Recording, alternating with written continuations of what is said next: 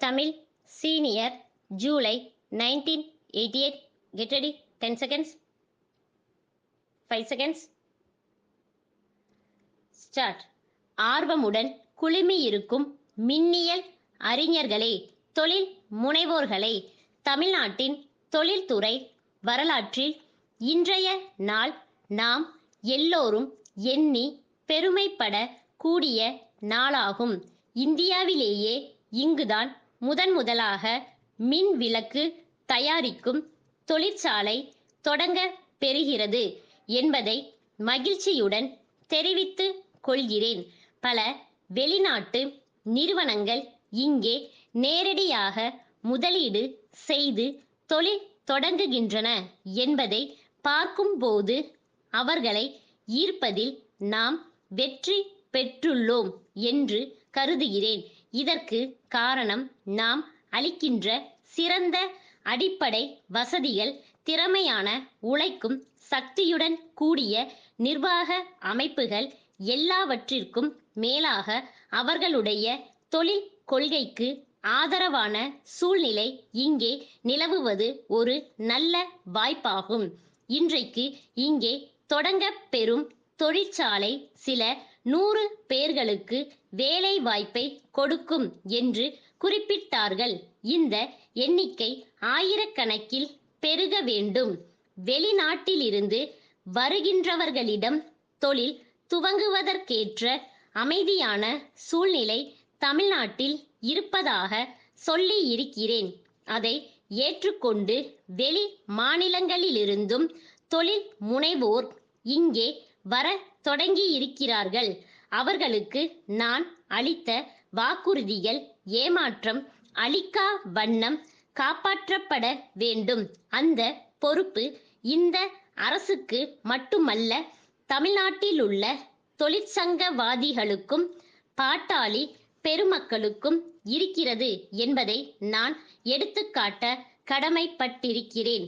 தொழிலாளர் தோழர்களுடைய நன்மையிலும் நல்வாழ்விலும் அக்கறை கொண்டு பணியாற்றி வருகின்ற அரசு இது என்பதை அவர்கள் நன்றாக அறிவார்கள்.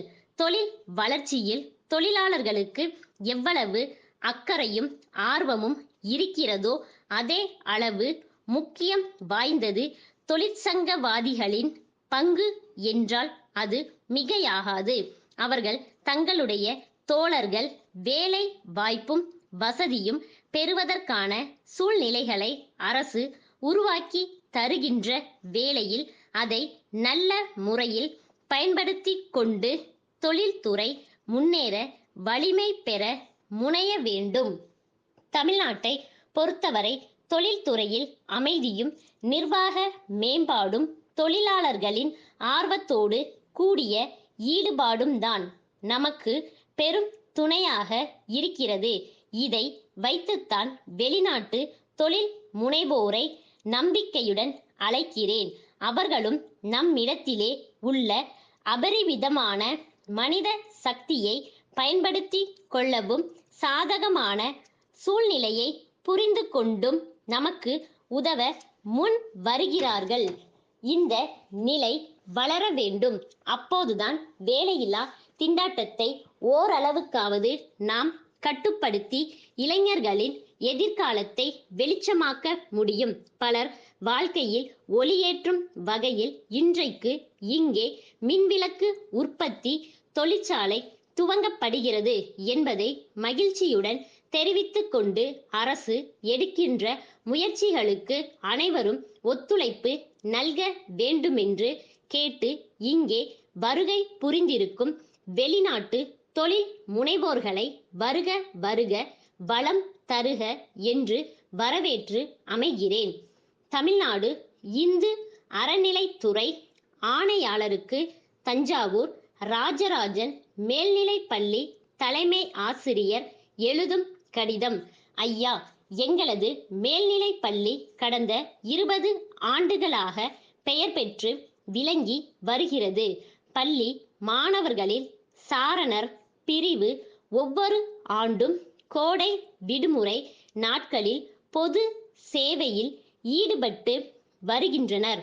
இந்த வகையில் பக்கத்தில் அமைந்துள்ள ஒரு புராதன கோயிலை தூய்மை செய்யும் பணியை இந்த ஆண்டு மேற்கொள்ள விரும்புகிறார்கள்.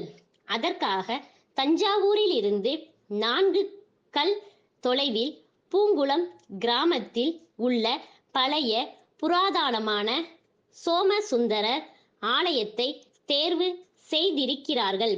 கோபுரத்திலும் கீழேயும் உள்ள பாசி படிந்த சிற்பங்களை தேய்த்து சுத்தம் செய்வது, சுற்று நடைபாதையில் இருக்கும் முட்புதர்களை அகற்றுவது, கோபுரங்களிலும் சுவர்களிலும் முளைத்துள்ள செடிகளை களைவது போன்ற வேலைகள் இதில் அடங்கும்.